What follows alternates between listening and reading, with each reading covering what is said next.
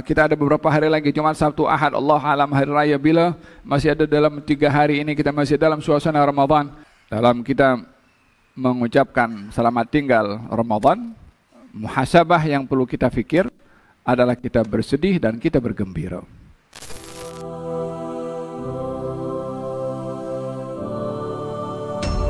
Kenapa kita mengucapkan muwaddah selamat tinggal Ramadan? Yani apa di sebalik adanya ucapan seperti itu? Dan adakah kita gembira dengan perginya Ramadan, atau sepatutnya kita bersedih karena Ramadan akan meninggalkan kita? Hakikatnya adalah kita bersedih dan bergembira dalam masa yang sama. Dalam kita mengucapkan selamat tinggal Ramadan, muhasabah yang perlu kita fikir adalah kita bersedih dan kita bergembira. Adapun kita bersedih disebabkan oleh kerana kebaikan yang diberikan oleh Allah di bulan Ramadan yang tidak ada pada bulan-bulan dan hari-hari yang lain, tidak lagi akan diberi dengan perginya Ramadan. Kalau kita punya ibadah salat fardu di bulan Ramadan, dilipat kali gandakan salat fardu yang kita lakukan di bulan Ramadan. Selepas perginya Ramadan, kita punya salat fardu macam biasa lagi. Kalau salat sunnah di bulan Ramadan pahalanya sama dengan salat fardu di luar bulan Ramadan, perginya Ramadan salat sunnah akan kembali seperti sedia kala. Kalau kita punya tasbih, kita punya tahmid, kita punya tahlil, kita punya salawat, dilipat gandakan pahalanya di bulan Ramadan dengan perginya Ramadan, maka tidak lagi mendapatkan pahala seperti itu. Maka dengan kehilangan pemberian yang begitu besar diberikan oleh Allah yang ada di bulan Ramadan, kita tidak lagi mendapatkannya dengan perginya Ramadan. Di situ kita bersedih disebabkan oleh karena tidak mendapatkan pemberian-pemberian tersebut. Dan di dalam kita bersedih serta menangis, ianya menjadi satu amal ibadah. Satu hari Sayyidina Abu Bakar As-Siddiq dan juga Sayyidina Umar bin Khattab menziarahi Ummu Aiman. Ummu Aiman ini seorang perempuan yang menjaga Nabi ketika masih kecil. Nabi mengatakan Ummu Aiman ummi ba'da ummi. Ummu Aiman ini ibu saya setelah ibu saya yang sebenar, karena menjaga Rasulullah. Setelah wafatnya Rasulullah SAW, Ummu Aiman ini masih hidup, diziarahi oleh Sayyidina Abu Bakar dan Sayyidina Umar, seperti mana Nabi kerap menziarahi Ummu Aiman. Maka kata Sayyidina Abu Bakar, jom kita ziarah Ummu Aiman seperti mana dahulu Rasulullah menziarahinya. Maka diziarahi Ummu Aiman. Melihat mereka berdua, Ummu Aiman menangis. Maka Sayyidina Abu Bakar mengatakan kepada Ummu Aiman, menyangka kalau menangisnya Ummu Aiman karena Rasulullah wafat dan tidak ada di tengah-tengah kita. Dan itu adalah memanglah satu masalah yang sangat menyedihkan ditinggalkan oleh Rasulullah SAW. Sayyidina Abu Bakar mengatakan, ya Ummu Aiman, janganlah kamu bersedih dan menangis. Sesungguhnya keadaan Rasulullah sekarang lebih baik di alam barzakhnya berbandingkan di tengah-tengah kita. Yakni di alam barzakh orang mendapatkan nikmat jauh lebih indah berbandingkan dengan apa yang didapat olehnya di dunia. Kalau Sayyidina Abu Bakar mengatakan, ya Ummu Aiman, kamu tak perlu bersedih sebab keadaan Rasulullah lebih nyaman, lebih selesa, lebih baik di alam barzakhnya, kata beliau. Kata Ummu Aiman mengatakan, saya tidak menangis karena Rasulullah meninggal. Karena itu semua akan dilalui oleh setiap orang. Tapi saya menangis disebabkan wahyu terputus dengan meninggalnya Rasulullah. Jadi yang ditangisi oleh Ummu Aiman itu adalah terputusnya wahyu.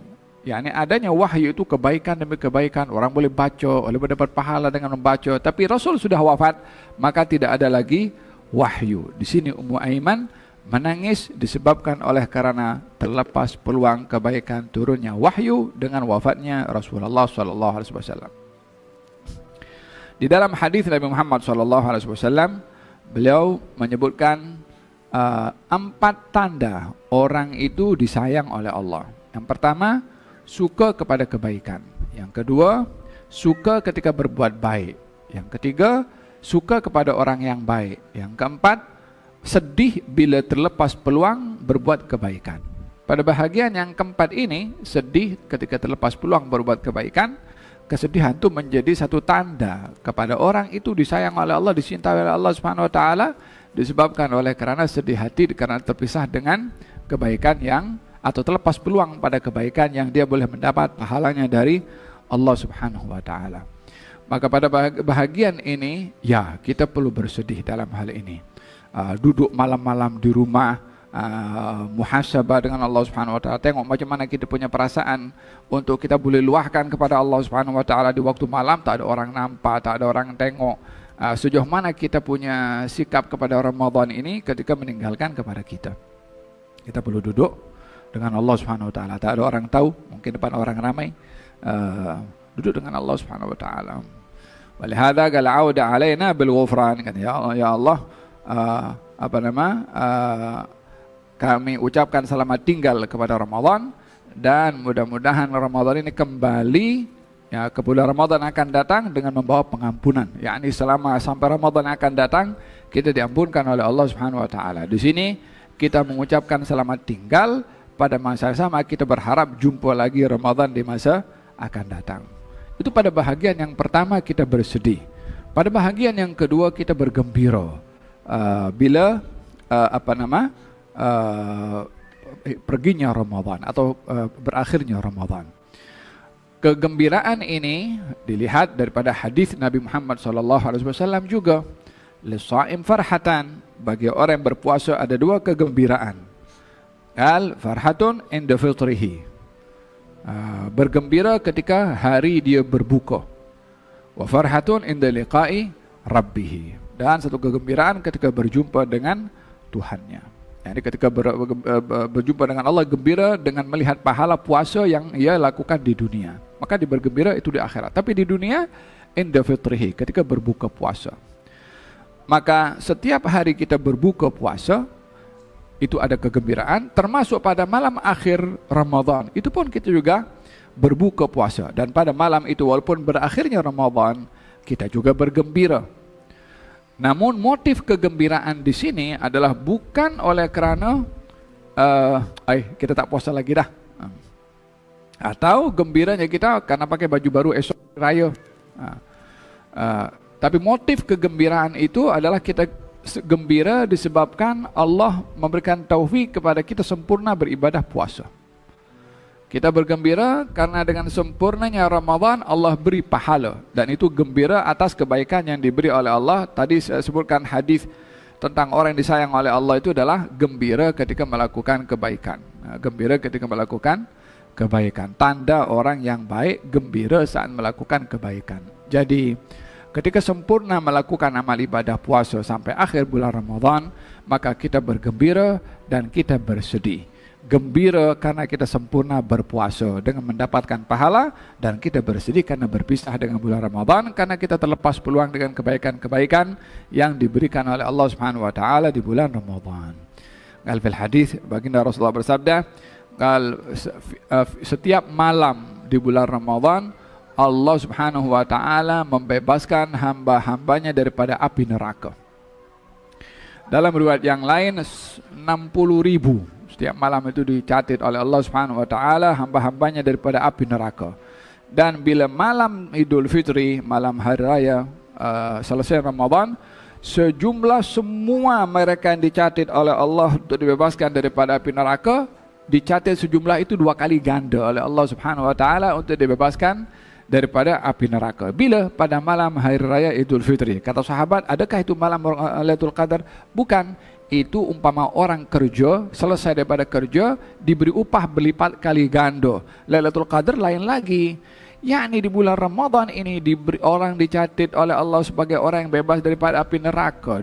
Doanya mustajab, tidurnya ibadah, diamnya itu dikira sebagai tasbih dan dikir kepada Allah Subhanahu wa taala. Tidurnya dicatat sebagai ibadah orang yang berpuasa. Belum lagi dengan apa yang diberikan oleh Allah Subhanahu wa taala pada malam Lailatul Qadar yang lebih baik daripada 1000 bulan. Belum lagi dicatat namanya oleh Allah dibebaskan daripada api neraka. Mana boleh ada itu kebaikan selain yang ada di bulan Ramadan al-Mubarak. Jadi harapan kita kepada Allah Subhanahu wa taala mudah-mudahan berlalunya Ramadan ini adalah menjadi saksi yang baik untuk kita semua insyaallah, dan mudah-mudahan apa yang kita lakukan selama bulan Ramadan diterima semua amal ibadah kita oleh Allah Subhanahu wa taala. Ini ada beberapa hari lagi. Esok last Jumat.